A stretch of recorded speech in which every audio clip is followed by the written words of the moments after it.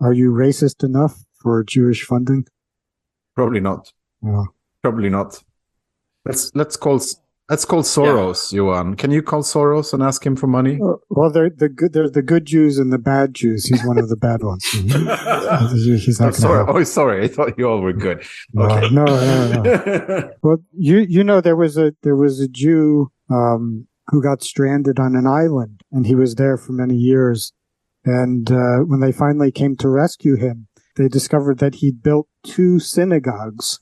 They said, well, why did you build 2 synagogues? They said, well, in this one I would pray. And in that one, I would never go there. Den unge mand, han revolutionær. The arc of the moral universe is long, but it bends toward justice. How dare you!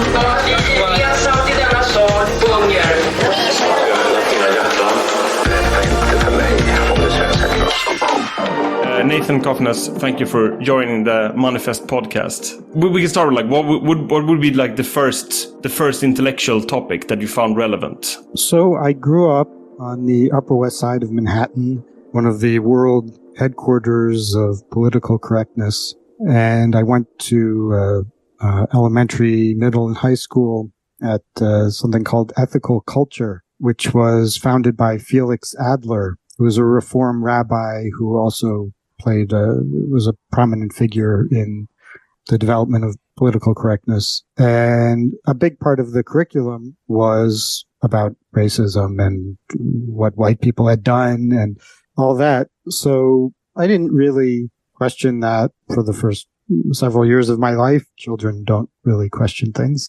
Then maybe when I was 15, I started noticing the phenomena that were difficult to explain according to the racism theory. You know, people that I knew that grew up, as far as I could tell, under very similar conditions, tended to have slightly different averages and patterns in their behavior and that sort of thing. But I assumed I must be confused, and certainly the idea that there are differences between these groups is just impossible because there hasn't been enough time for evolution to create differences, which is just some idea that I repeated without having any understanding of what I was saying. When I was 17 years old, I started taking classes as a visiting high school student at Columbia University, which is where I eventually went to get my BA. And I took an anthropology class on the evolution of human behavior. And the professor mentioned that Australian Aborigines have a Brodmann's Area 17 that's something like 25 to 50% larger than in the European population. And he said that this is the area of the brain that's responsible for vision. So he said, does that mean there's less room for something else? I don't know. That's what he said. But as soon as he said that, it occurred to me that, okay, I've been lied to. It was a very shocking experience. You know, part of my identity was, you know, these beliefs that had been imprinted on me about racism is responsible for all disparities. Yeah, it was all a lie. And I became absolutely obsessed with intelligence research and race differences. And I couldn't stop talking about it. Just to every person I met, I would explain these things. And even when I had college interviews, I told the college interviewers about race differences. So I was interviewed by Harvard, for example, and I started telling them about race differences. Sorry for being rude, Nathan. I did not go to Harvard. But anyway, Columbia didn't have interviews, so that wasn't a problem there. Amazing. So I've learned to tone it down a little bit. Yeah, I can order a cup of coffee without telling them about race differences.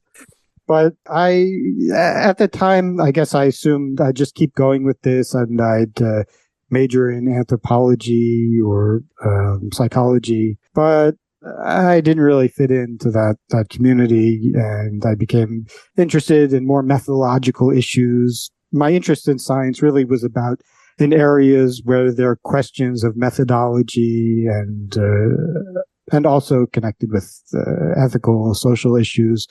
So philosophy is a better field to approach those questions than anthropology. Nathan, could you give us plebs sort of a rundown? Because I think many people sort of broach this topic from maybe they've heard of bell curve and maybe the work of Charles Murray or Professor Flynn. But could you give us a slight intro to the sort of corpus of what's happened with this since maybe the 90s or something, or just a slight intro to why this is? I mean, the controversy is sort of apparent in itself because it's sort of very much a challenge to the modern conception of the world in the West. But could you give us a slight intro to where's this sort of topic been for the last 30 years or something like that? Well, to start at the beginning with the science of intelligence testing. Mm-hmm. So intelligence is a very difficult to define concept. You know, people value different kinds of cognitive abilities. People disagree to some extent about who's intelligent, who's not intelligent. So intelligence research, though, is based on one big discovery, which is that if you give people a battery of tests of different specific abilities, so their ability to do analogies, their ability to remember numbers and repeat them in reverse order, or their ability to complete a pattern if you give them different shapes and an option to complete the pattern. These are all completely different skills, but it turns out that they're very highly correlated with each other. So there's a positive correlation between all cognitive abilities. So if you're good at doing analogies and you have a large vocabulary and so on, you'll also be better at remembering digits, and you'll be better at solving certain kinds of math problems, and vice versa. Now, people, of course, can be much better at one thing or the other, but there is the positive correlation. And when you analyze these data statistically, you can find what's called the underlying factor, which is a theoretical entity which explains variation among individuals on these tests. So the underlying factor, which is approximated by your IQ score, is the best predictor of your performance on a variety of cognitive tests. So we call this IQ, or we could call it general intelligence. But in order to speak about this thing called IQ, you don't need to define intelligence. You don't need to call it general intelligence. You could say that's not what you care about. That's not what you value. That's not what you think about when you think about intelligence. You only think about, your ability to do calculus. That's the only thing that matters. One could say that. And that's just a question of how you want to define the word. But there is this statistical phenomenon of the underlying factor, which corresponds to IQ. And IQ turns out to be the best predictor of many social outcomes that people care about, like educational attainment and what kind of job you have, the chance that you're going to commit crimes. IQ is better at predicting that than basically any other single variable known to social science. Now, races differ substantially in their IQ, and the ranking is Jews, East Asians have the highest IQ. Europeans the British IQ is theoretically defined as 100 with standard deviation 15, and African Americans, who are about 25% European, have IQs of about 85 on average. So one standard deviation below whites. Everything that I've said up till now is not particularly controversial among people who work in this area. So the controversy then is the cause for the deviation. Right. The controversy is what causes these race differences in IQ. The standard politically correct explanation is that it's white racism. Now, there are a lot of problems with the white racism theory. So white racists don't like Jews or Asians. But why do Jews and Asians have higher IQs if the racist white man has arranged things so that the races he doesn't like would score worse? So that's very curious. And you could say that it's oppression or discrimination. But, I mean, Jews were discriminated against and didn't seem to affect their IQ. So that's strange. Why doesn't it work for Jews? I mean, Asians also were discriminated against and went through non-ideal circumstances, but East Asians get higher IQs than whites.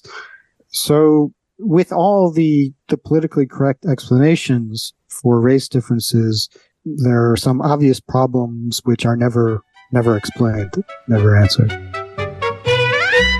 Wer se weiß nicht, soll Zinder wissen, wie schwer und bitter karg und schitter kommt uns unter Bissen, schwer und bitter karg und schitter kommt uns unter Bissen. Hey, lebe dich freilich, was ist da der Chiddisch, Meluche, es dingt bi Menuche, Liedele Jiddisch, Meluche, es dingt bi Menuche, Liedele Jiddisch. Bin ich mir a Stoljer, ruft men mich rebe Fische, Gmach hat ihr a Fenster, la Bänkele a Tische. Tanzt und singt mein Segele, schneiden dick die Breitlich, Baputzen wird doch unser Miet, der Verlach und Städtlich. There's also the sort of idea of culture or education, and the sort of I think it was coined by Charles Murray and his co-author, the Flynn effect, after Professor Flynn. Could you speak to that and this sort of fallout of that discussion? So there is a phenomenon of a slow rise in IQ scores over the 20th century. So as soon as we started measuring IQ scores, people started getting better.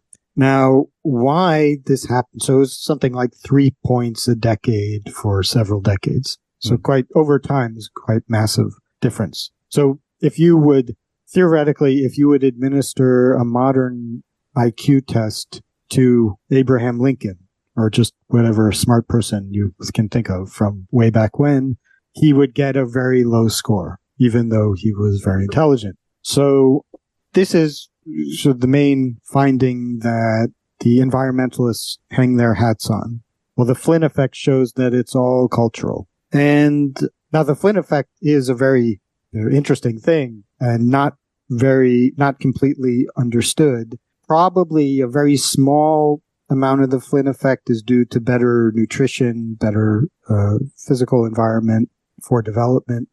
And most of it, though, is due to increased either test-taking sophistication or familiarity with the kind of reasoning that IQ tests test. So, if you take something like the Raven's progressive matrices, so we think that this is not a cultural. You know how the Ravens works. No, unpack this. So you get a series of pictures that show a shape being rotated or changed in regular ways, and then for the final pattern, you have to choose among several options to complete the pattern. Right. So choose the shape that completes the pattern. Right. So you might think that this is a culture fair test. It just tests your intelligence. Like, it's not something you're taught. You don't learn in school how to do this. But if you give this kind of test to hunter-gatherers, they get almost nothing. They can't understand. But that doesn't mean their IQ is 20. Their IQ would be much higher. It might be 80 if they were raised if they went to school and were familiar with these tests. But we have become more familiar with how tests work, and we our culture encourages us to categorize things in scientific ways. That also prepares us for IQ tests. So for some combination of these reasons, IQ scores have been going up. Now, whether this corresponds to what extent this corresponds to actually higher intelligence, your actual ability to use your brain to solve problems, is unclear. I mean, if Abraham Lincoln suddenly appeared here, I don't think he would be stupid at all. I don't think he would have any obvious limitations. So what you're pointing to is a sort of test maxing, which over time would then actually pollute the sample that you're actually looking at. But the thing about that is you can only max to the max. It doesn't go on forever. We're not going to have IQs of 2000 by today's standards. And in fact, it has basically maxed, at least in developed countries, an IQ. So you had two trends for most of the 20th century that work against each other. On the one hand, you have the Flynn effect, which is for some environmental reasons, IQ scores are rising. And you also have dysgenic fertility. So less intelligent people have more children. Smart people get multiple PhDs and put off having children forever. So our capacity for our genetic capacity for intelligence has been going down. But the Flynn effect was stronger for most of that time, and now it seems to be reversing. So intelligence, even measured intelligence, is now going down because dysgenics is catching up with us. There were the black-white IQ gap in the United States did close in the early to mid 20th century because conditions were so bad for blacks. So they really were deprived. They didn't have a proper education that was at all comparable to that of whites. But conditions closed, to some extent, and the IQ gap has now stopped. It stopped closing in the 1970s. So for 50 years, it's been about 15 to 18 IQ points. There's no indication that it's going to close any more than that. So basically then what we were at historically then is as a society becomes less, to use common day parlance, less racist, then the natural deviations or differences will then stand out in starker contrast. Right. Yeah. It sort of has a sort of similar to the sort of sexist argument, or I guess feminist argument rather. That's nice programming on you. No. But the argument in modern feminists that the sexism has sort of contributed to the selection of careers and whatnot for females, and you see societies like the Scandinavian ones who actually differ very much, and where males tend to flow to traditionally male dominated areas and females tend to stay in soft, if you will, nursing. So I mean, modernity in a sense gives you a sort of interesting sample of what people are or can become, and you still have the problem of differences. So I mean, some people on the left would see this as indication of racists, of structural racism, to use their language, and this is a sort of the alternative explanation, right? That there are inherent differences between people and races, I guess. Right, and the environmental theory says that as conditions equalize, then the outcomes will become more equal. Yeah, but it doesn't say that they'll become greater, the differences will become greater as they do with gender differences, or just stay the same forever as they do with race differences. So very difficult for the environmentalists to explain. And usually they don't try to explain, they just call everyone who asks questions racist. Right. But I think like a sort of normie approach to this subject would be, you could sort of be realistic, if you will, and say, I see the research, I acknowledge the fact that there are differences in IQ. I think the larger question is sort of what to do with that fact, because a lot of people would, as you've stated, say that this is immoral. The research is immoral due to the fact that it sort of could be used to promote sort of theories of a racial order, and sort of harkens back to the sort of racialist ideas we had in the 1920s or 30s. This is obviously always in the background of this argument, you know, you have the sort of Nazi trolls on Twitter saying, you know, here we go again, guys, we're right, you know, the 30s and 20s are back, and all our nice theories from way back when are validated by the sort of research. And this is sort of what or ostensibly anyways, fuels the sort of fears of you know, every polite society and liberals, you know, who see that, you know, we're supposed to be 80 years and 2 world wars removed from this sort of thinking. It's important to note that the Nazis who cite this research as supporting their views are very selective about what research they cite, right? Yeah. So they don't like the stuff about age. They don't like making comparisons between East Asians and whites or Jews and whites.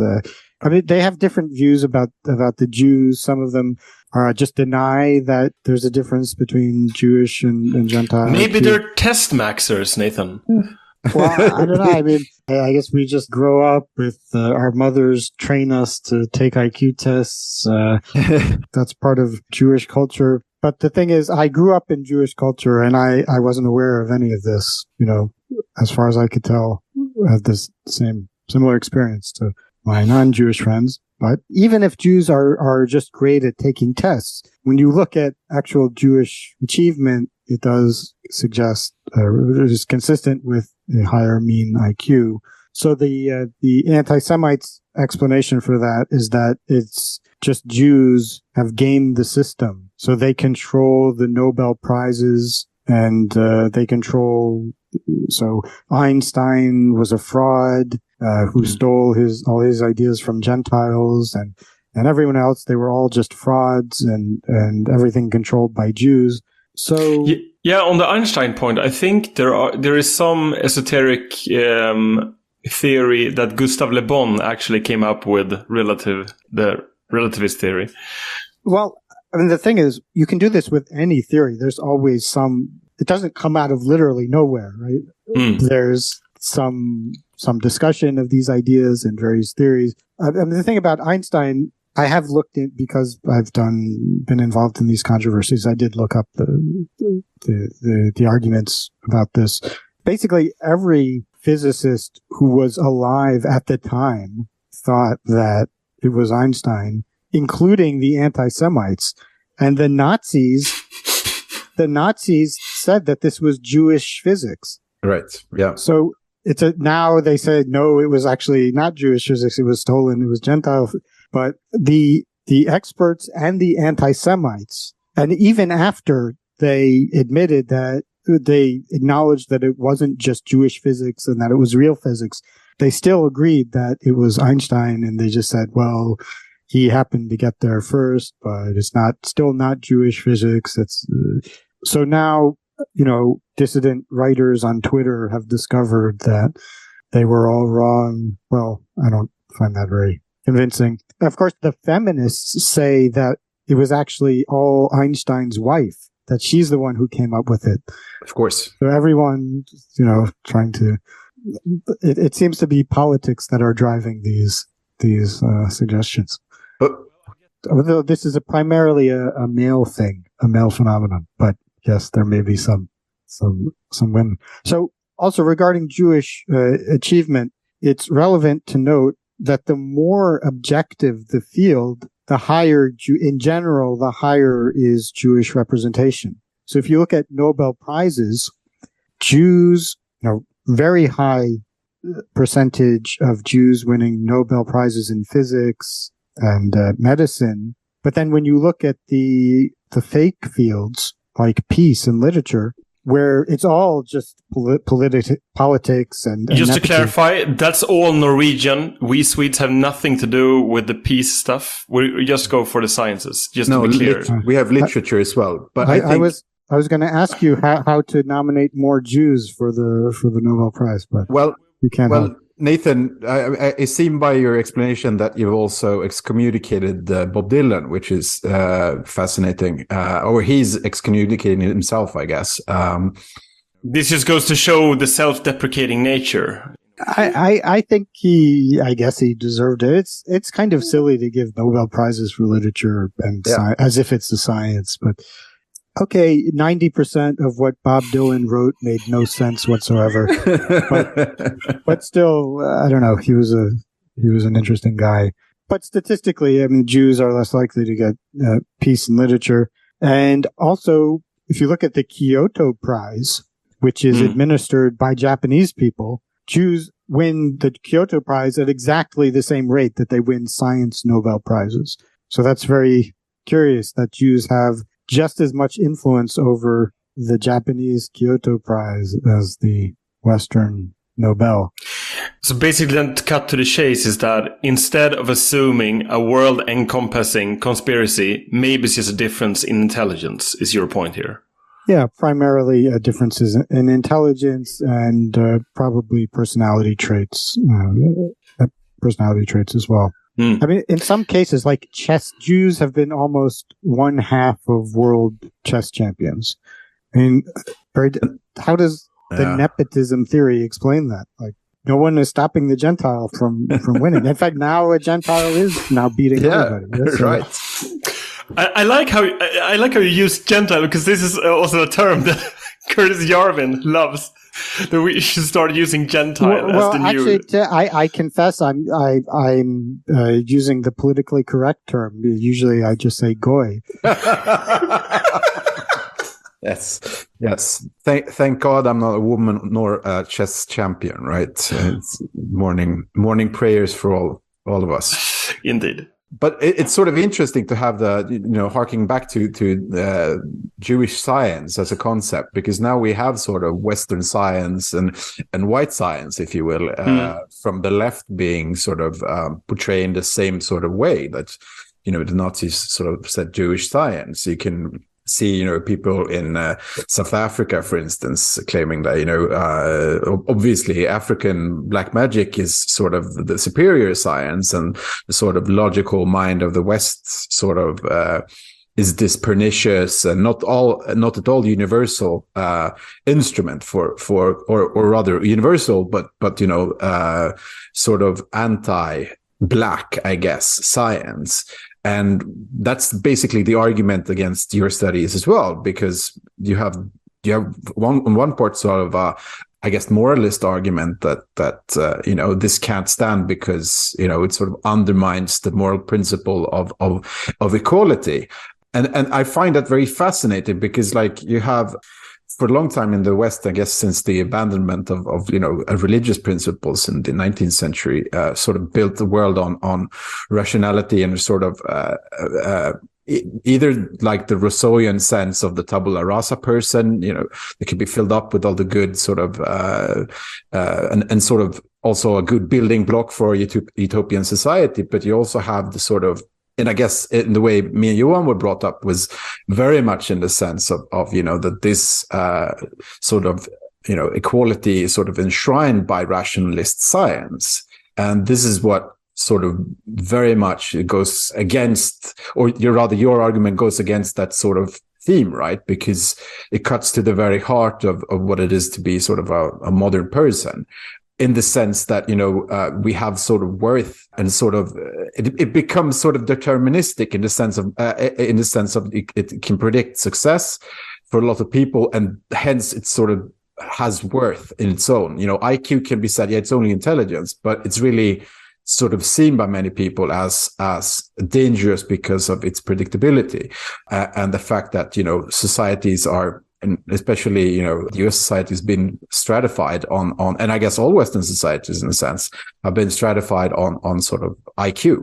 It's very much a threat to the egalitarian idea. So that's the question. You have the data. What do we do with it? Yes, that is the question. Well, my approach is just to make people aware of this information and not try to dictate a way to rearrange society to live up to this information, but just give people the facts and then let some new equilibrium develop. So if people really understood these facts, I mean, we have so many social programs that are based on the blank slate premise, or the premise that disparities must be caused by environment or racism. Now, if we would just get rid of those programs and accept that there's going to be differences in outcome on average,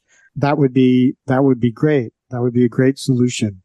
I do worry, though, that a lot of people just cannot accept these facts. They will never accept it, ever. It's too painful to accept that, I belong to a group that on average, I'm just not going to see people from my group represented in certain positions if it's a meritocracy.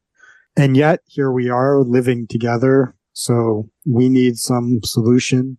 We could have a quota system, at least so that certain groups have representation, political representation in certain areas. Like, if it's just a meritocracy, there'll never be, or there'll be very, very few black judges, or people in certain decision-making bodies. Maybe there could be quotas, but that's something we'd have to work out later. For now, I think just making people understand the information should be the main focus. I would like to give some pushback to both you, Nathan, and maybe I don't know what your sense of this is, Kalle, but basically one way of viewing this is that one reason why it's possible to discuss the difference in race or in difference in intelligence with regards to race is that people are de facto already acting on this today. That is, there's a, if not, one way of understanding the abhorrence in polite society to discussing these things stands in a contrast to, or in a paradox with, the revealed preference to adhering to it. That is, you have in a way eugenics today, but on a liberal ground. That is, it's not a state acting to create the perfect citizen and thereby eradicating less suitable ethnic traits then. But what you do have is individuals that on a liberal basis can choose to abort or keep children based on their cognitive potential, let's say. And then you also, in a way, have by proxy a selection of intelligence with who to mate with. You referred earlier to not getting into Harvard, but one of the main benefits of Harvard is that you find your mating partners. That is, even though you could argue that people are not smarter for going to Harvard, that would still be the credentialism from having a degree. You won't be able to find a mate who can't stop talking about race differences. Like I was able to find at Columbia. Yeah, exactly.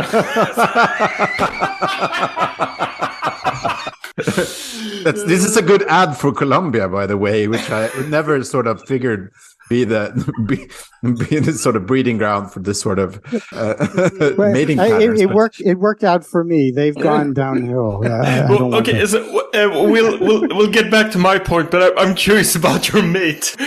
We met in a different class taught by the same professor who I mentioned earlier. It was, well, I don't want to call it phrenology class, but everybody had a skull. The table was full of skulls. And we had to learn the names of all the bones in the skull, and there are lots of little cracks and crevices, and everyone has a name, and we were supposed to learn.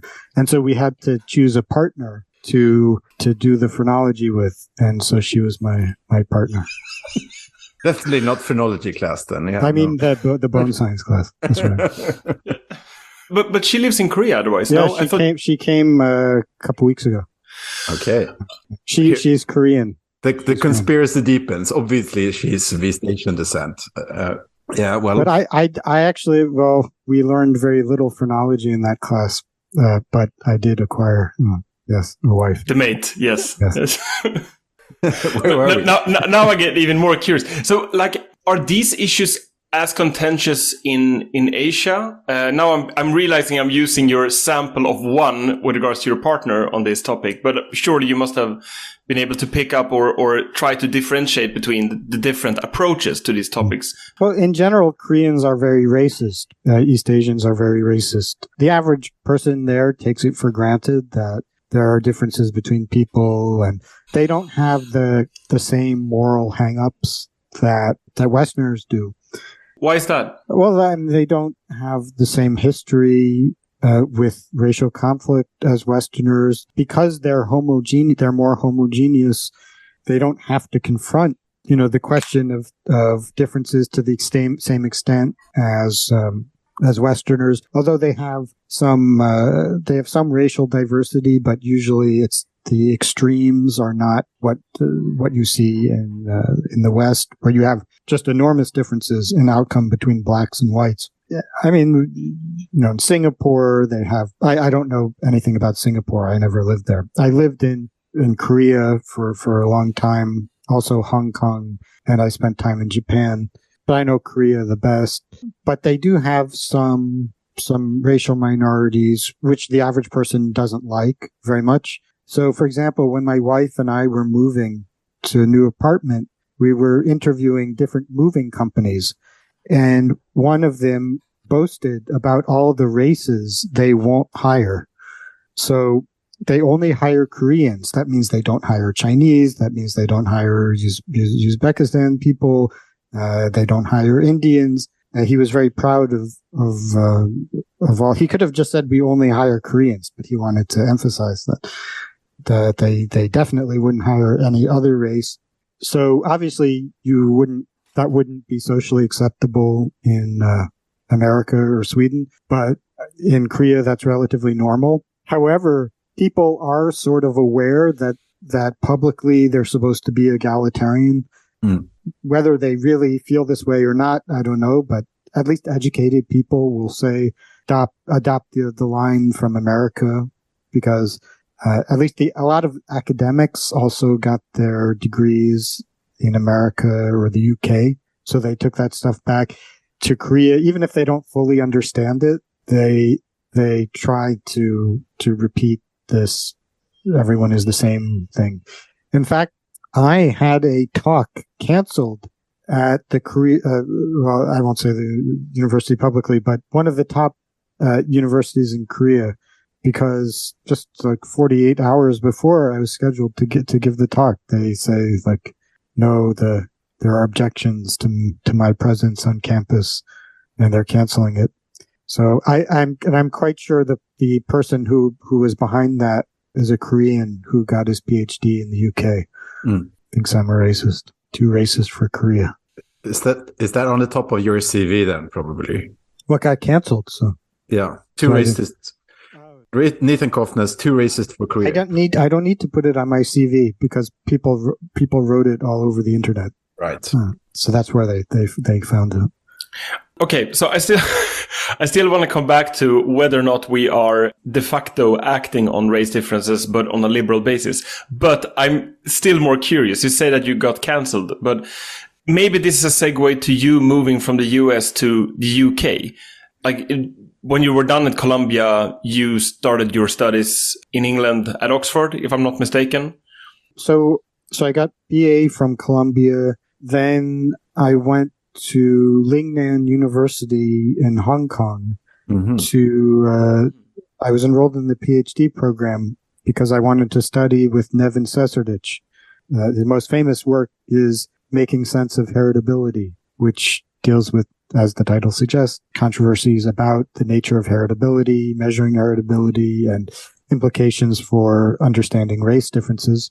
So is this a thing that like Western academics or intellectuals who get pushed out move to Asian countries? There are a few examples of that, but not that many.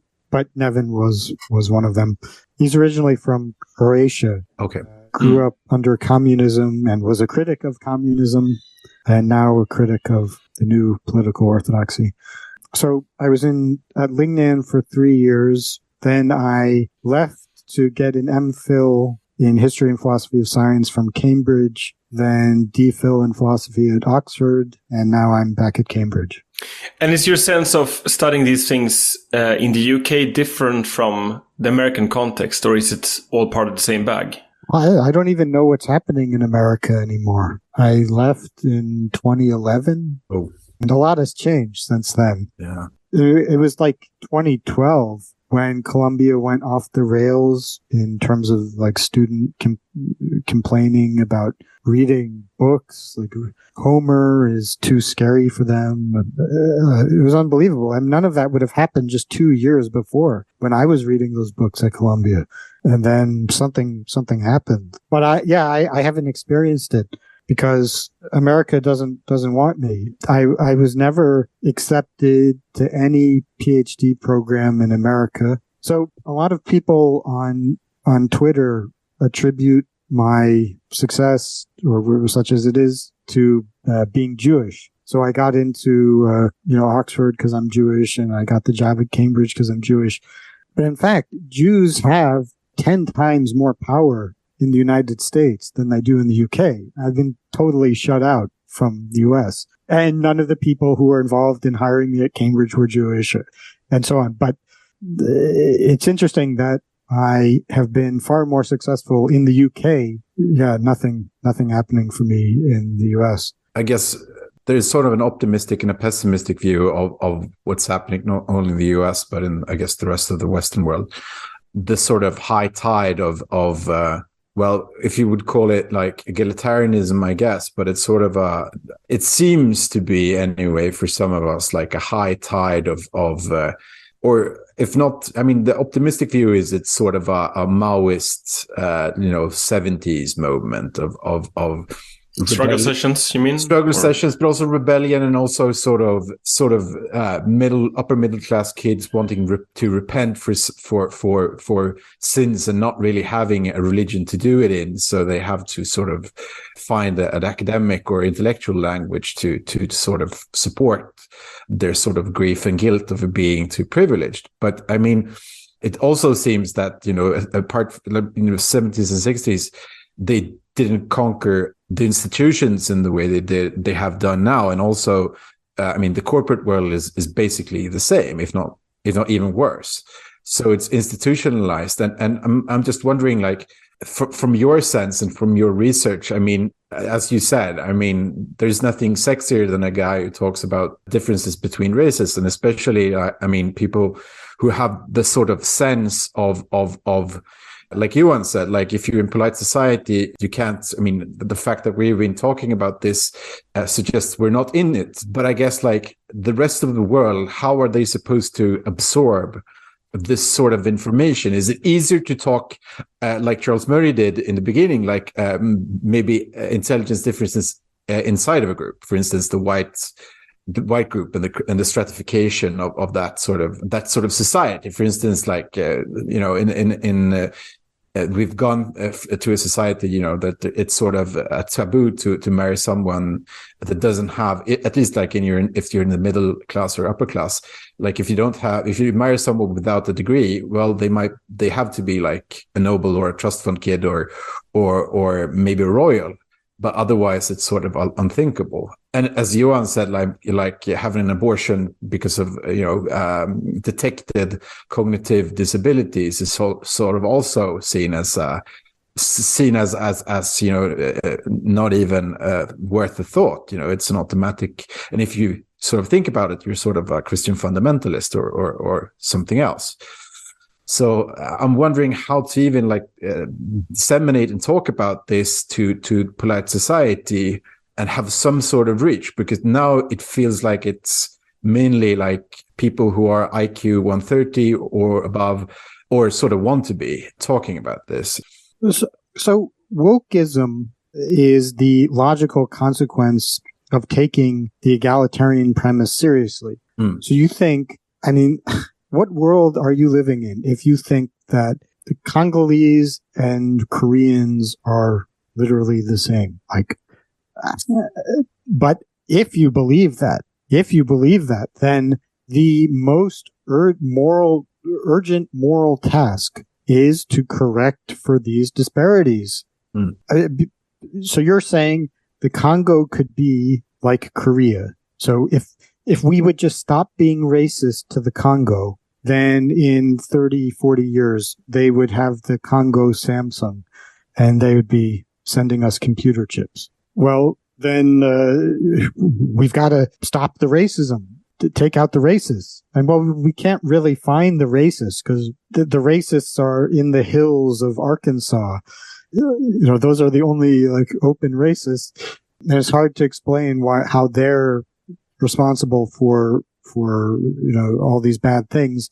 So you have to look, for very subtle forms of racism, and maybe it's microaggressions or a statue of a white man who had a politically incorrect view. Maybe that is what causes these terrible outcomes. Now, the premise of wokeism has been accepted. It's been by 3 or 4 generations of liberals. It's just now we're taking it seriously. And this is what our grandparents thought, probably, at least certainly our parents, probably our grandparents thought that everyone is the same and eventually everything is going to equal out. And the differences just aren't going away. So if you really believe that they're environmental, then you will get wokeism. So all attempts to push back against wokeism are meaningless if we don't talk about this issue. This is why I wanted us to get back to discussing that in the liberal order today, there is a revealed preference for selecting based on proxies for intelligence. That's why we talked earlier about how you go for self-eugenics with regards to the kids you have, or who you select as mating partner based on credentials. I mean, we can definitely talk about universities not being the elite institutions they used to be, and that these degrees aren't worth the ink on the paper, so to speak. But I think it's relevant to bring this up because then you de facto have the kind of world order that race essentialists would have had in the beginning of the 1900s. And I think it's also interesting to see why these things are becoming more stigmatized to discuss when you're actually overcoming part of the structural problems that was started out. We're talking about like when you have done away with most of the possibilities of getting a higher education or civil rights or different employments or whatever, then you see the backlashes. You talked about the previous generations of liberal parents, and I'm thinking of this, the Hilltop Coca-Cola commercial from 1971. I'd like to buy the world a Coke. I'd like to buy the world a home and furnish it with love. Grow apple trees and honey bees and snow white turtle doves. I'd like to teach the world to sing with me. Perfect harmony, perfect harmony. I'd like to buy the world a Coke and keep it company. You have all these people from different places and they're all united in capitalism. So excuse me for being a bit vulgar Marxist here, but to what degree is this a crisis of the economic order we're seeing of not being able to sustain itself, and therefore any problem needs to be blamed on bigotry? You mentioned in 2012 it was then that Colombia started going off the rails with regards to identity politics and wokeism. Well, the obvious thing is you had the financial crash and you've not been able to really regain your standing in the world since then, in the US. I mean, sure, you still have the hegemonic influence, but within the US is really much a country of coming apart. And I'm using the phrase consciously because that's what Carl referred to earlier with regards to Charles Murray, that in the 90s, when he wrote on these issues, you could look back on previous decades when the boss could marry the secretary, and therefore you would have some kind of, if not intelligence, then at least a class communion through marriage. But if you select by your credentials, and in fact is stigmatized to not select by your credentials, then the fact you're going to have some kind of cognitive aristocracy, on paper at least, guarding itself against either the kind of like troglodyte racist view that like race is real that you have at the far end of the bell curve, but you also have this like hyper autistic Spurg smart people like yourself, Nathan, who would go for, well, race intelligence is real on the other end of the spectrum, and in the middle you have the normie mid approach that racism is real as opposed to race is real. So there's an idea that the race stuff, Black Lives Matter movement and so on, was a response to Occupy Wall Street. So the Occupy Wall Street movement was getting off the ground, according to this theory, and the business interests felt threatened by that. So they decided to shift focus to race, and then they would be on, the right side of the race issue, and then they would be left alone. So now, I mean, logically, that's and when you say left alone, is that because race is an immutable characteristic and therefore you can rely on it in building a political coalition, whereas class is mutable and therefore workers are less reliable? They will make harder demands. Or well, the point is people would focus on race rather than class at all. So people would just ignore the fact that, I mean, again, speaking from their perspective, so that they would ignore the fact that the bankers are stealing all their money and exploiting people, and they'd focus on just getting whitey, and that was the plan that would benefit the business interests.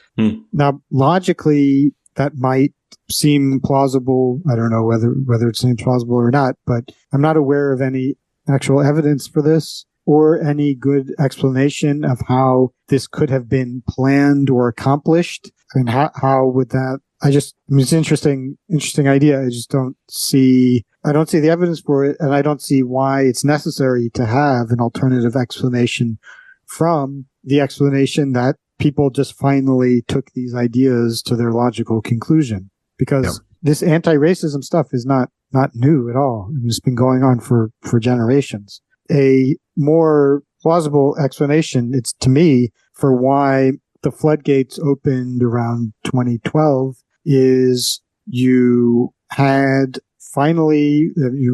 so much effort placed into erasing the differences. The millennials, like us, at least in America, we grew up with the idea that this whole racism thing was coming to an end.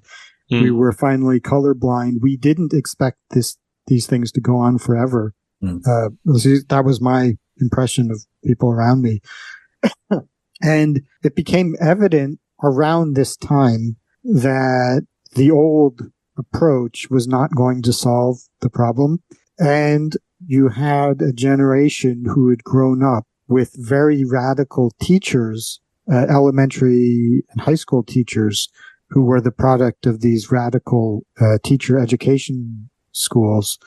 And I mean, that makes a very big difference. But your education when you're a child really stays with you. I mean, that's what forms your conscience. Then people think, oh, I look at my conscience and my conscience tells me, ABC.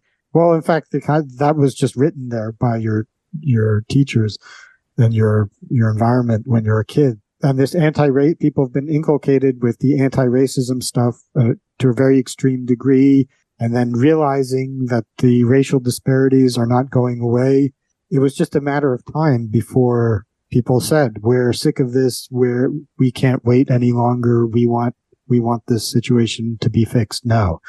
And that's wokeism. That's the great awakening. Okay, so the previous consensus, that is basically the consensus on color blindness, then gives way to a more radical critique from the minorities, which could then be sort of minority pride, if you will. Well, also going back to your previous comment, I suspect that previous generations didn't believe in egalitarianism as much as they said they did. Like our grandparents would probably have said, yeah, everyone's the same. But did they really believe it? Like, maybe not. Like, it's just a nice thing to say and it's not hurting anybody and it makes people feel good to say we're the same. So let's just say that's what we think. And there might have been some lingering doubts in our parents' generation, but then finally people have really become convinced that yes, everybody really is the same. And they really feel that way in their bones. And they just are so confused by the fact that we have these disparities and they have no good explanation for this. So I think that's also an important part of the puzzle. In a way, we're circling into what follows from this. What would you do politically with regards to not just discussing what is the cause of the difference, but also what is the course of action with regards to the difference or because of the difference? And I'm thinking I don't know if you want to push back here, Carl, but I'm thinking with regards to the Swedish situation, where on the one hand, you've had a state that wanted to, like, when you try to create a unitary state, not just in terms of the territory, but with regards to the people within it, like the cultures, the regional patriotism, if you will, that is not referring to a fact. That is, you don't have a similarity within the territory, but you want a similarity within the territory. So this is a political body, a state that exerts a will. That is, you take a normative approach and then you try to impose that policy in the world. And one of the results of that is a unitary citizen. Like you have healthcare for everyone, schooling for everyone, military service for everyone, and so on. And sure, there are discrepancies or you fall short of the ideal, but that vision was made flesh for many decades in the mid-1900s, which is not the case today. So in a way, I think what's relevant to discuss here is to what degree someone enacting these policies can take a normative approach. There's one thing to say, we should be similar, we should have equality. And another one to say, we are equal, therefore we impose these policies. Did you see the difference? Like one is, No, but I think, I think you're basically rehashing the same thing that happened after the Soviet project fell, that sort of had the same premises, right? The difference being, Soviet Union was not a unitary state. It could not be a unitary state because you had a lot of, you had the Russian sort of core states, but then you had so many different nationalities around them. And that is ironically what sort of the centrifugal forces in that project was sort of what tore it apart. But what happened was, that sort of experiment fell, like the Swedish experiment has fallen on its own sort of impracticability, and is sort of trying to build a new Soviet man or a new, Swedish social democratic man. That sort of project has fallen. And the only question is what will sort of take its place.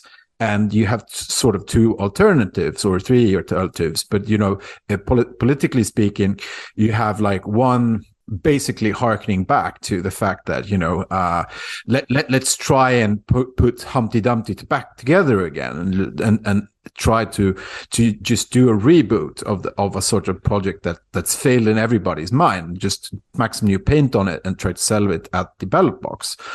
And the other is sort of moving past it. But the problem is moving past it sort of, you have to have something else to another project to sort of sell. And this is the problem, that America sort of never had, but is trying to fit into, because it's trying to do this sort of universal movement to, at least from the elites, saying, we're all sort of the same and we need to form, a sort of new American person. But the problem is, you have too many cracks in that system to talk about, a socialist. I mean, it's not even socialist, but it's sort of the Rousseauian, again, tabula rasa thing doesn't make sense in an American context. And hence you need the sort of struggle between the races from a left point of view, and the sort of, like in the Soviet revolutionary times, you have to have the sort of kulaks to blame for the problems. You have to have saboteurs in the system who sort of makes racism happen. You have to have the boogeyman to sort of implement the sort of social policies you want. I think, in a sense, the discourses are on, and I think that's why, Europe is moving in one way. I mean, Europe is moving basically to the right in many questions, politically speaking, and the US is moving to the left. I don't think, we can either go back or formulate an alternative to sort of the 20th century ideologies. But I'm just saying, I think we can sort of internalize what sort of Nathan has put forward and the sort of viewpoint. And maybe, try to formulate a better sort of universalism to just keep the social peace. That's my reasoning anyway. Do you want to respond, Nathan? Because otherwise I had a thought on this as well. Why don't you go first? I'm thinking of the Swedish phrase, lika barn leka bäst. Alike attracts alike. And that would be the go-to solution based on the differences you describe here.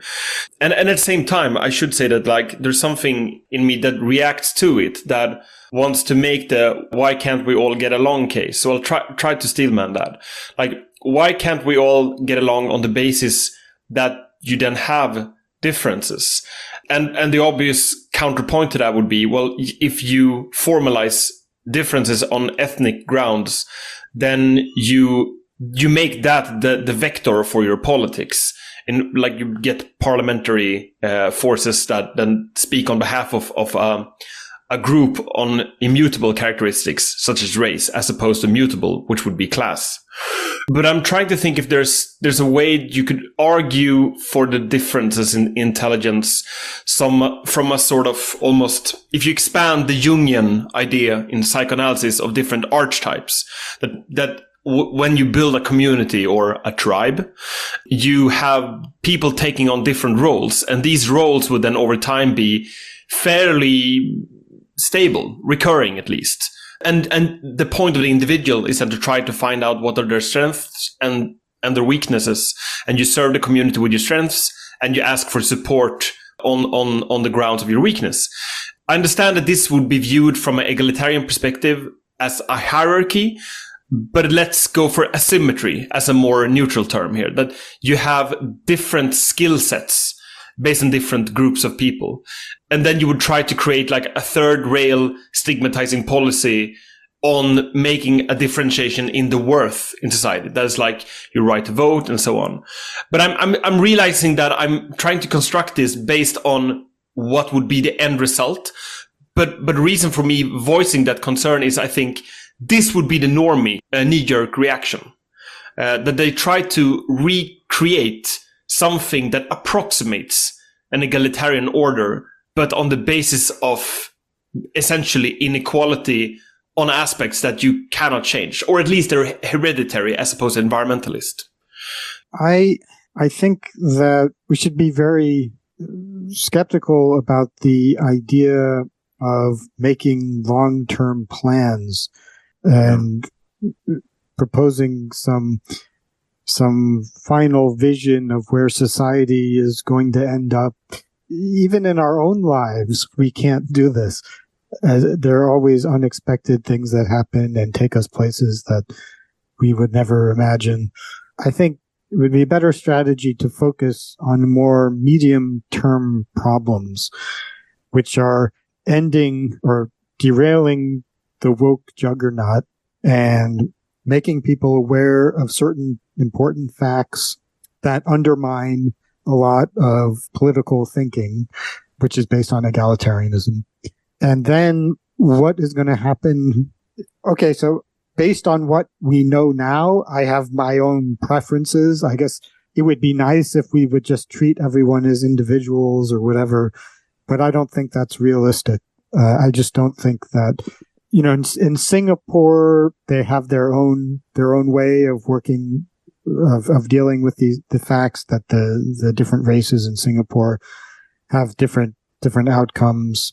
It works for them, but when you have massive differences. Yep. But just to clarify, like Singapore has cut off the liberal approaches to these questions, because you don't even, I mean, you have quotas for which ethnic groups can live in an area. So, well, I mean, are we liberal? We also have we don't have the same kinds of quotas, but we have plenty of de facto quotas in the West. I mean, in the West now, the way you are treated in every area of life is now colored by your race.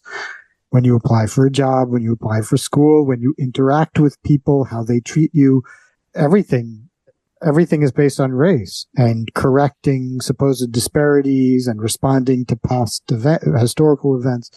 So I don't think it's not like we're liberal and Singapore is not liberal. What I'm trying to say is that given that we have a nominally liberal society, we can of course discuss what is real liberalism, but the same could be said for like real Marxism or whatever. Like, what my point is here is that given that there's a revealed preference in the West, in liberal societies, to choose the partners you have, to choose the kind of babies you want to keep in your womb, then it's harder to hide behind a leader like Lee Kuan Yew to say that, well, this person made this choice for me. No, you made this choice yourself. So in a way, you are directly responsible for your own, if you will, race preference then as opposed to in Singapore. Well, although the government intervention does play a role in this cultural phenomenon, like if you can sue somebody for workplace discrimination, then the government is influencing your relationship in the workplace. Because if you look at them the wrong way, they can say that you were racist against them and that was a hostile work environment. And then, they'll be bankrupt by lawsuit. That's the government's doing. That's not the same as if, in my opinion, it's not really different than if they had mandatory quotas, which now apparently they do. I think in California, like a certain percentage of the board has to be female. I believe that's the case. Presidents say openly that they're appointing somebody based on their race or sex. Trump, when he appointed a Supreme Court justice, he said, it needs to be a woman to replace Scalia. Biden said he was going to choose a black woman. So, but 99% of the time they don't say it explicitly. They just, everybody knows that you're supposed to diversify certain positions. I guess what makes what you describe here as wokeism more dangerous or unhinged than what you have in Singapore is that I would trust the state in Singapore to have a measure of moderation, whereas there's no breaks on how many people of minorities or color or whatever on these boards. So there's no case for not having one more black woman on a board. That's my point here. So, in that case, then what someone like President Biden does is that he responds to a real or perceived political preference. Whereas the Singaporean state has, they have their own ideas for what makes a good political order. But my point is what we're up against eventually here is how you reinstate the state's ability to rule based on an idea of what is the preferred the preferred way of building a society. And as of the moment, there are no breaks on how equal or equitable governing bodies what they should look like based on immutable characteristics. And even though there are immutable characteristics in a regimented society, such as Singapore, they would not argue for, there's also an idea that you need to have an X amount of Malayans, X amount of Han Chinese, and so on. Sure.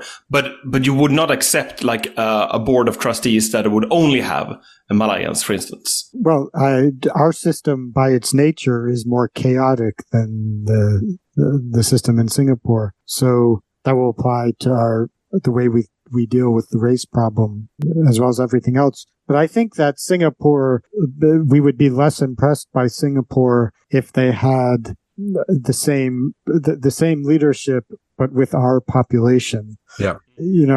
Yes, there are differences between Malays and Han Chinese, but if you look at the data, not just IQ, but crime rates and that sort of thing, and following the law, the differences between blacks and whites in the U.S. are just enormous. Like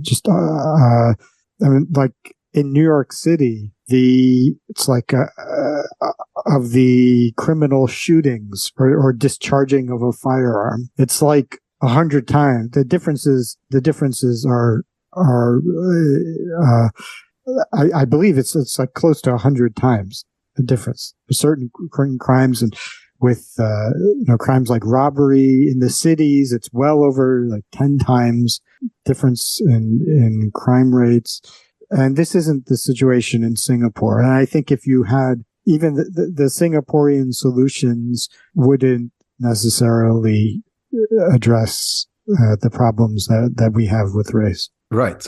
But I think it's also, like you said, Nathan, I think like that's also a function of history. Like if you could build a state from nothing, like Singapore was, like it was basically a swamp before, the Lee Kuan Yew took over and sort of made it into, and also the sort of very specific geographical location of Singapore and its sort of history with the Federation of Malaysia is sort of, it sort of can't be compared. And this is where I sort of differ from Johan, who is, by his own accounts, sort of vulgar Marxist, because I don't believe, the will to engineer anything into being is sort of, for me, sort of very much 20th century approach to this. And sort of the fallacy of the 20th century is to sort of look at that and say, okay, how can we sort of fix this by government intervention? And my sort of own project is more trying to internalize sort of what you said and sort of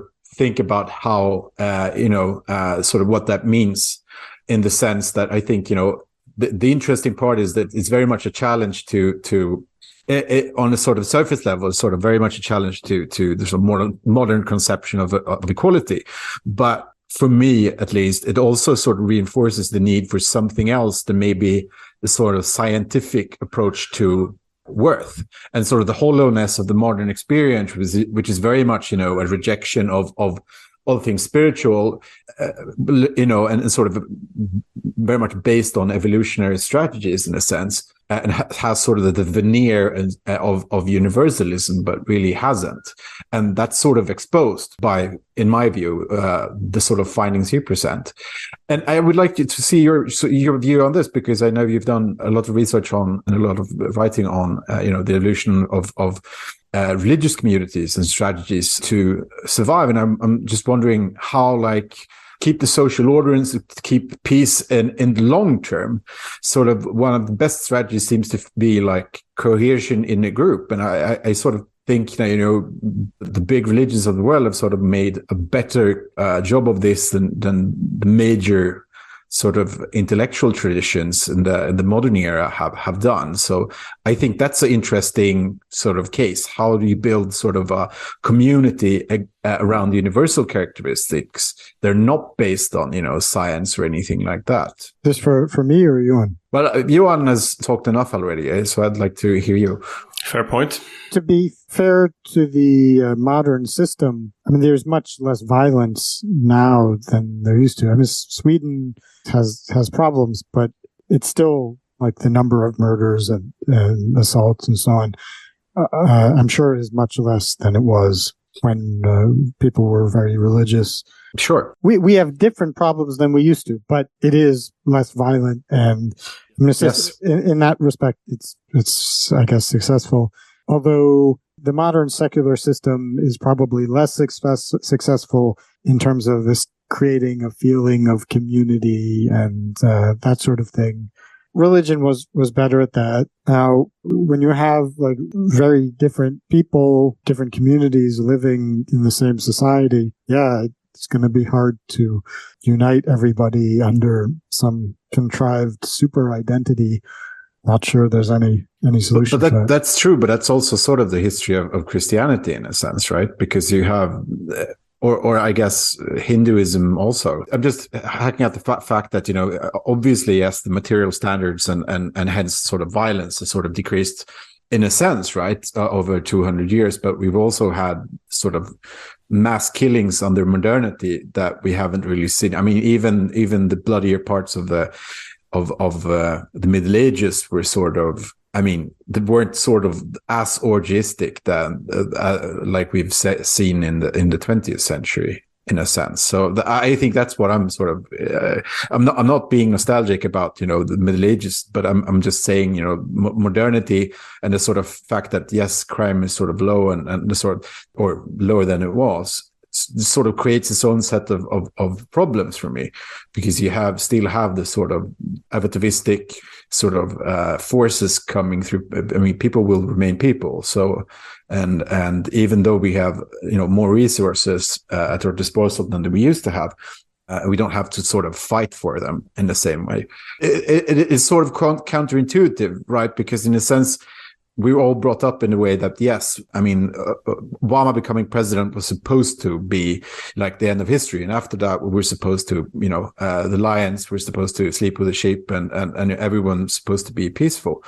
That didn't happen. So now we're in sort of the conundrum of where are we going? And sort of all bets are off. And the woke answer to it seems to be, more equality, more resources, more of the 20th century leftism.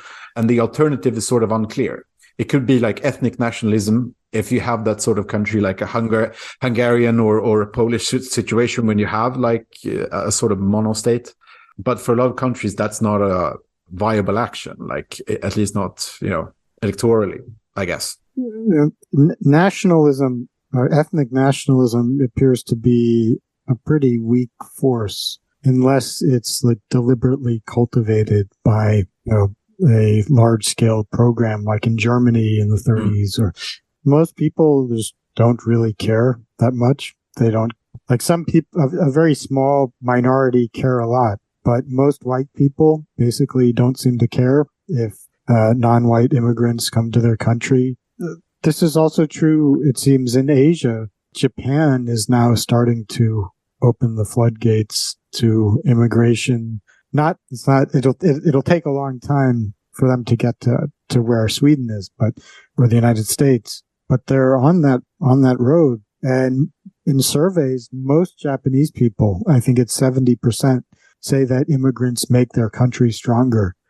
So, and I didn't see the data for this, but I imagine that the support for immigration is higher in the younger generations.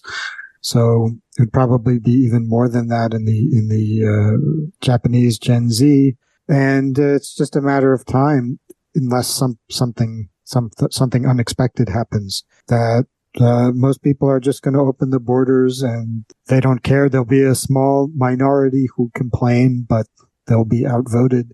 So, of course, under the right conditions, people can become nationalistic because white people can be nationalistic. But under current conditions, it's difficult to see that happening. I mean, historically, people become nationalistic when there's some conflict, some military conflict, or when there's when they're very poor and they've got nothing to lose. Just, the people living in an apartment in the city or the suburbs or whatever, just well-off white or Asian people, there's just very few of them care much about nationalism, preserving their race or preserving their culture. They just don't care. Right? This brings to mind the theories, at least among historians, on the formation of nationalism. It would be interesting to have your take on this, Nathan, because I'm thinking of the main strand in nationalist studies or nationalism studies would be Benedict Anderson. So like the idea of imagined communities, that essentially you have a state that wills itself into existence. And the opposing view to that would be more like primordialist. I'm thinking primarily of something like Anthony D. Smith, Oxford sociologist and historian, who argued that whatever nationalism you would have in the modern age, that is from, say, French Revolution onwards, that would be the outgrowth of a pre-existing ethne, is the word he uses. Ethne being modeled very much on the Jewish experience since basically pre-modern ancient times, of having what you and Carl discussed as like a religious community, essentially. So the criteria for making an ethne would be, on the one hand, a shared religious belief, but you also have ideas of lineage. So in the Jewish case, that would be primarily with regards to the mother in ancestry. But you also have a shared language, and also an idea of a territory that is yours. So like Israel, obviously, in this case. And these factors, I might have forgotten one or two. If you have these, then over time you can create a coherent and resilient community, essentially. So the reason why I bring this up is because over time, then, everything I just talked about is in a way environmentalist factors, but which over time make for a hereditary qualitative difference between this group as opposed to another group. Do you see my point here? That in a way, what we're discussing is how you solidify a notion of race or actual race, both in gene pool, but also in ways of acting.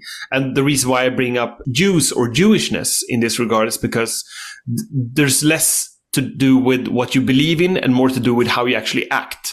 That is like the Jewish notion of making God by adhering to God's law, as opposed to the Christian notion would be that it's your belief, essentially. So I wonder what your approach to this would be, like how you self reinforce the notion of a race or actual race. Well, in the Jewish case, since 2010, the intermarriage rate among non-Orthodox Jews in America has been, I believe, 72%. So the secular Jewish community is over, which, well, is kind of sad, but Jews just don't care. I intermarried too, no more than other white populations. In Israel, there's some study suggested that a majority of immigrants to Israel are not Jewish according to Jewish law, because in order to immigrate to Israel under the right of return, you only need one Jewish grandparent, and then you can bring your spouse who is 0% Jewish, but not Jew. So I could go, but even if I was just my mother's father was Jewish, doesn't make me Jewish. No one thinks that makes me Jewish. But then I could go and I could bring my Korean wife. In fact, I'm entirely Jewish, but for the purpose of the law of return, yeah, they're not interested in racial purity. And they brought in like the many Africans who practiced a version of Judaism, but have no genetic connection with other Jewish populations. Are you talking about Ethiopians or Jamaicans now? Ethiopians. Okay, all right. Jamaicans.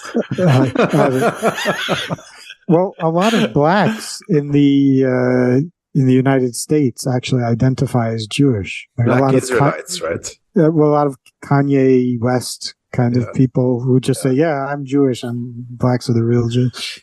I mean, there are others like he's not we shouldn't draw too many conclusions from one example, but that is a phenomenon. Now, the Jewish population that will survive is the religious one, which is totally closed off to modern thinking. They don't let their kids get a real education. They give them textbooks to the children with the information they don't like, just scratched out with a marker. So if there's a reference to evolution or dinosaurs or something like that, they'll just cover it up with marker and then give it to the child, which I think is going to select for like a lack of curiosity. Like people who remain in that community are those who don't care to investigate, like what are they hiding. But anyway, so on our previous reference to bell curve, that like you have the troglodytes on the left and like very smart people on the right, then you would then end up agreeing. They would end up agreeing with you then. Yeah, I guess so. But that's a common phenomenon, right? But yeah, sorry. But so then your point would be that to what degree you would have ethne, the like religious community previous in history, to what degree that is true, that is no longer the case, is essentially what you're saying. Well, so the only way to have that kind of community would be to invent a religion and then lie to everybody about it in order to and then brainwash everyone to accept which is probably not something we'd be that enthusiastic about. But it works in Utah, Nathan. It works in Utah. Yeah, they seem happy. Yeah, it's exactly.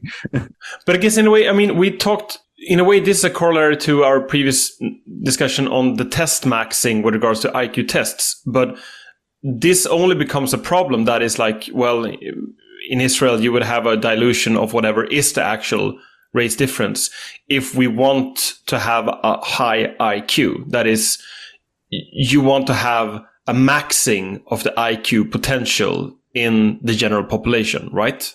Right.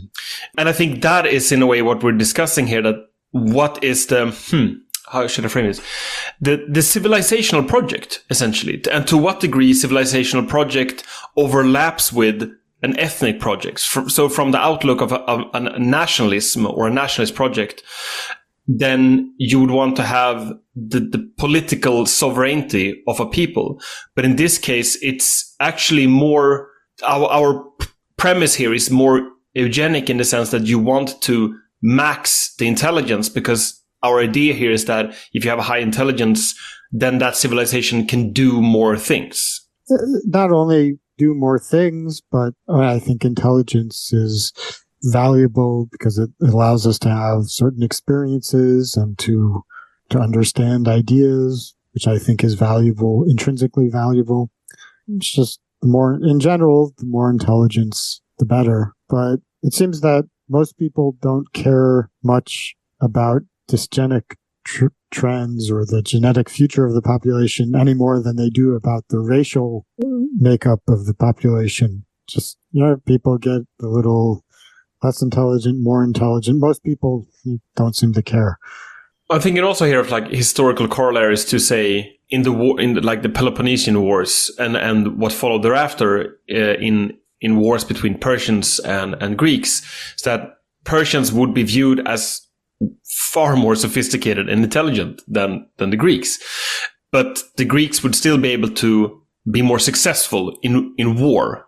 You would have a stronger, you can on the one hand say that intelligence makes for better, I guess, weaponry or statecraft, but you would still a people who have a religious coherence, if you want that to be a proxy for being less intelligent, that is like more myth believing, then you have a better rationale for why you fight. Sure, your fighting might be less efficient, but if you're willing to persevere in a warlike state, then victory will be yours. So ironically then, we're discussing here how a less intelligent people are able to wage war more successfully than an intelligent one.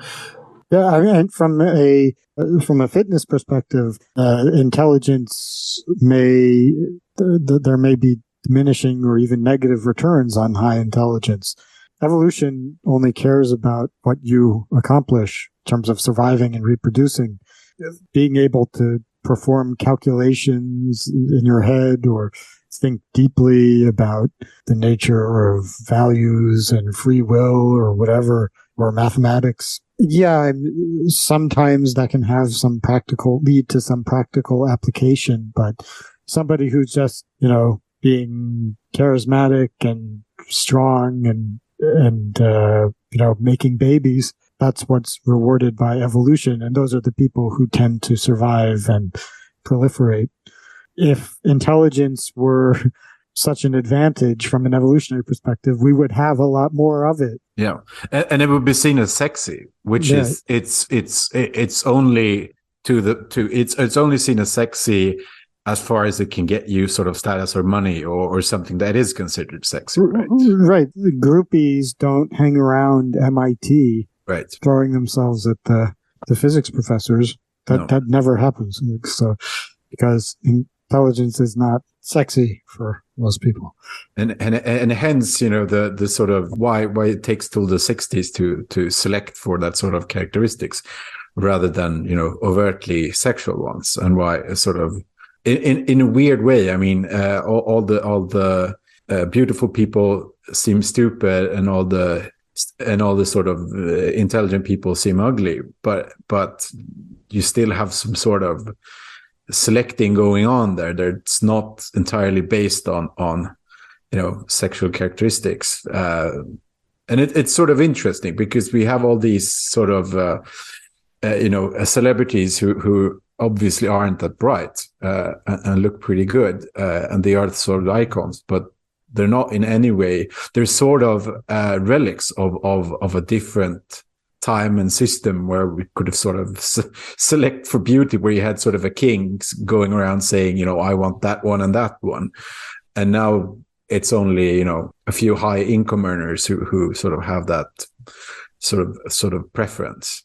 But I wonder on that point, Carl, about few, very few men pollinating many women. Are we building bunkers, or is this like a strange love sort of a question now? How are we putting Nathan in like in charge of like the Dr. Strangelovian Professor? How many people do we need to reproduce? I'd love to see a remake of Strangelove with like Ashkenazi Dr. Cofnas. Well, you know, Dr. Strangelove was based on 4 real life people. It was von Neumann, Ed Teller, Herman Kahn, and von Braun. Yeah. 3 Jews and 1 Nazi. Yes. And 1 Nazi, he used Jews to get to the moon, right? 3 Jews and 1 Nazi. I identify with Dr. Strangelove. Okay. Yeah. That's a good like title for a movie, by the way. 3 Jews and a Nazi go to the moon or something like that. But what would be your policy for the precious bodily fluids then? No, that was the Gentile. Exactly. He was completely illogical. I identify with Dr. Strangelove's solution. Oh yeah, so he's more on the left side of the bell curve, you're on the right side. It's too going brutish. On with his mystical stuff. No, I actually had one question here, because we will be starting to round off now. Carl made a point earlier of, am I recollecting this correctly? Like a return of some kind of religious sentiment? Was that what you were onto, Carl, or am I making this up? No, I just my point was this: like basically, the world seems to me that the Western world has run until now on some sort of universalist principle. And that used to be based on sort of a religious notion of the value of the individual and that sort of stuff. But since that's been sort of debunked, it is now running, seems to me, on empty fumes and on a sort of presupposed scientific explanation that is being debunked as we speak. And hence the sort of that's the last bastion of this sort of everyone's the same from a scientific or philosophical point of view is being refuted by research into IQ and intelligence.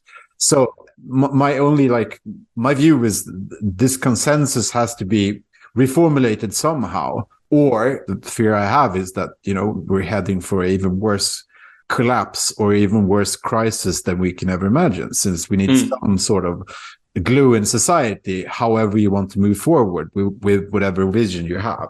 Okay, yeah, thank you. The obvious glue in the religious sense would be that we're all children of God, we have a soul and so on, and therefore inherently worthy of like respect or at least tolerance, regardless of the intelligence difference we discussed here. But given the unlikelihood of that God being unifying, because on the one hand, we live, it seems, I'm not sure if you agree with this, Nathan, but like in a very Gnostic age where you can have gods of one, where in a way like everyone gets to have their own god. Perhaps this is something we can return to talking about, but trans would be one of these aspects where you get to be your own god, your own or goddess, or your identity in a way is up for you to define, and it also in a way becomes divine. So we have the urge for the god, and on a larger scale, I guess you could also bring in, which we talked about on this podcast before, political struggles taking on the role of god. Perhaps not the Christian god, but ironically maybe the Jewish vengeful god, such as climate change or social justice with regards to race. But the reason why I think is relevant for someone coming from your perspective, Nathan, to formulate what would be the next course of action, even though it's not a solution in a whole sense, is that I think we might be running up against what Max Weber would call like the re-enchantment of the world. And if you recall from his sociological work, he described the world as becoming de-enchanted that is more bureaucratic, more secularized, boring, if you just use like Gentile parlance here. And this process of de-enchantment would go on for as long as there's coal to burn. That is, as long as you have the basis for an industrial order, that is fossil fuels, you will have this de-enchantment. Well, it so happens that this is something we're running out of, in at least the cheap kind of fossil fuels. So it would only make sense then that the world would become re-enchanted, that is becoming more magical. And in that case, whatever is left lying on the ground, such as the realization that there are differences on a racial basis between peoples, it doesn't take a genius to realize that this will be picked up as a new basis for your what makes life worth living, essentially, and how you organize your networks, friends, spouses, whatever. So I think in one word that Carl, you're right in that we are heading towards re-enchantment. But then the question is, where do you go from that based on the discussion we've had so far on racial difference when it comes to intelligence? I don't know. Crickets. Yeah, good question, Johan, as you could probably tell. Well, it's off to the bunker then. We're all going to die. It's a sad day. We're just Swedes, so we can't build our own nuclear weapons. No, I don't want this to be a negative point to end on. I think there are things to, like, it's an exciting time ahead, but like... I'm sure everything will work out. We can end on that. No? Can we have, in the end, like, you know, the ending song on Strange Love? We'll meet again. Oh, no. Well, Nathan, thank you ever so much. I had tons of fun, and Johan didn't get to talk about localism enough, so I think he's slightly. Oh yeah, we should have like local replenishment. That's true. We should get into that. I thought it went pretty smoothly. Nobody said anything too politically correct that needs to be edited out. So. Can you just put in all the bigoted phrases so we can edit them in? Yes. Koi, kike. Just go back and replace all. Can we do like a remix with, you know, Nathan just like... Cofnas wave. Yeah, the world needs race. Yeah. I'm not sure that would be good for my career. But no, but you could be a DJ instead. That's true. But I mean, on that point, I mean, I think we are in a similar situation there that, like, this is me trying to become a dissident Jew. So maybe this podcast are you becoming a Christian? Is that what you're saying? I'm feeling like this podcast is making me and Carl like the actual Jews in an intellectual way, like in the Swedish way. Yeah, exactly. We're like either we place ourselves on like the Spurg intelligent section on the right wing of the bell curve, or we are the troglodytes, or maybe there's a horseshoe intelligence where you like meet a unification of the Jews and the right-wing Swedes. And like the right-wing Kurds and the right-wing Persians. And then we have everybody, I think, on board that's sort of on the same Sounds like the master race. Yeah, exactly. We didn't get to the Persians, Johan. We talked about getting to the Persians a lot. We'll get to the Persian master race in some future episode. Something tells me that this is not the last controversy Nathan Cofnas will be in.